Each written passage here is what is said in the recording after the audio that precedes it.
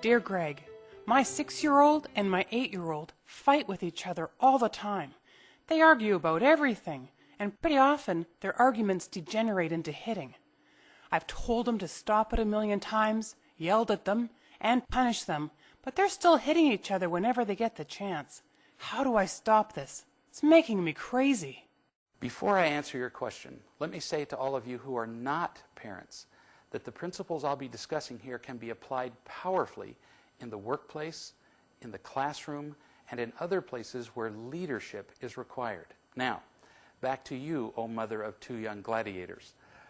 Most of us spend our entire parenting lives trying to control our children's behavior. When they behave badly, we lecture them, yell at them, punish them, beg them, bribe them, even take them to counseling. All that never produces the genuinely happy and responsible children we really want. But in the absence of something better, we keep using the same old useless tools, which of course produces the same old lousy results.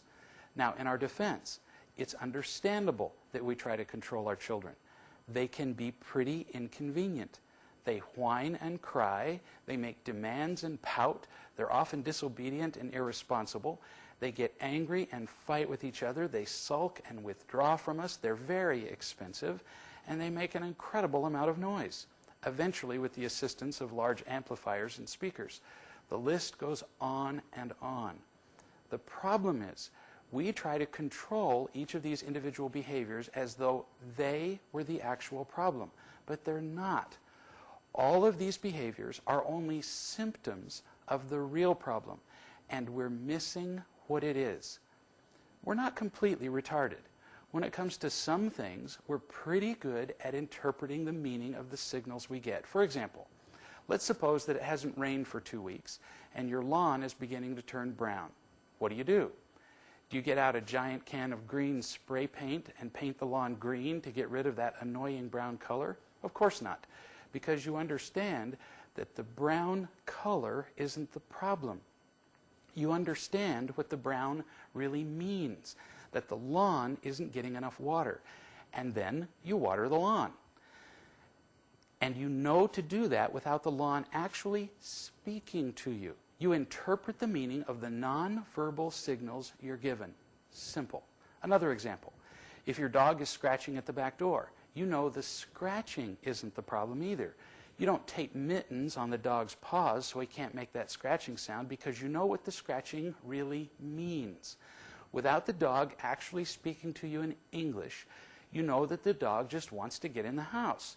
So then you just open the door and let him in, assuming, of course, that you don't mind having the dog inside. Pretty smart of you to figure that out. Now let's see how we do with children. A baby is crying. What do? Do you put duct tape over the kid's mouth to get rid of the noise? Tempting on occasion, but no, you wouldn't do that. Your goal isn't only to eliminate the noise. You try to figure out the meaning of the noise.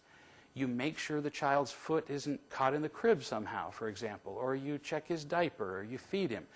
You know that children cry because they need something. So you do whatever it takes to figure out what the need is. In short, we're pretty good at interpreting nonverbal signals, in grass and animals at least. We're even pretty good at doing that with little babies. But then our children get old enough to speak, and we begin to make a terrible mistake. We begin to assume that with their words, children can actually express what they really need. And then we don't pay nearly as much attention to the real meaning of what they do and say. That is a disaster.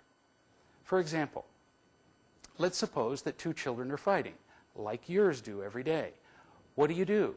Almost immediately, in your own words, you tell them to stop it. You yell at them, you punish them. And after doing that a million times, again, your words, you haven't made any positive difference at all. In fact, it's probably worse. Something isn't working very well. Wouldn't you agree? What you're doing isn't working because you're not understanding what your children are really telling you with their behavior. And they're speaking volumes to you.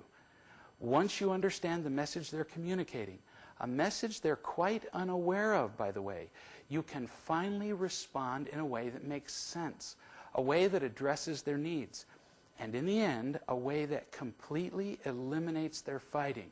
Now, would that be cool or what? So, we've established that your children's behavior is really a way that they're communicating what they need, and you're missing what they're saying.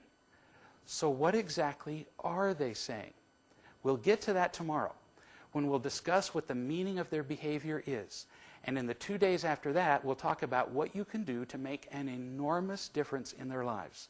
I look forward to continuing this with you tomorrow, when we will discover, no surprise, that it's always about real love.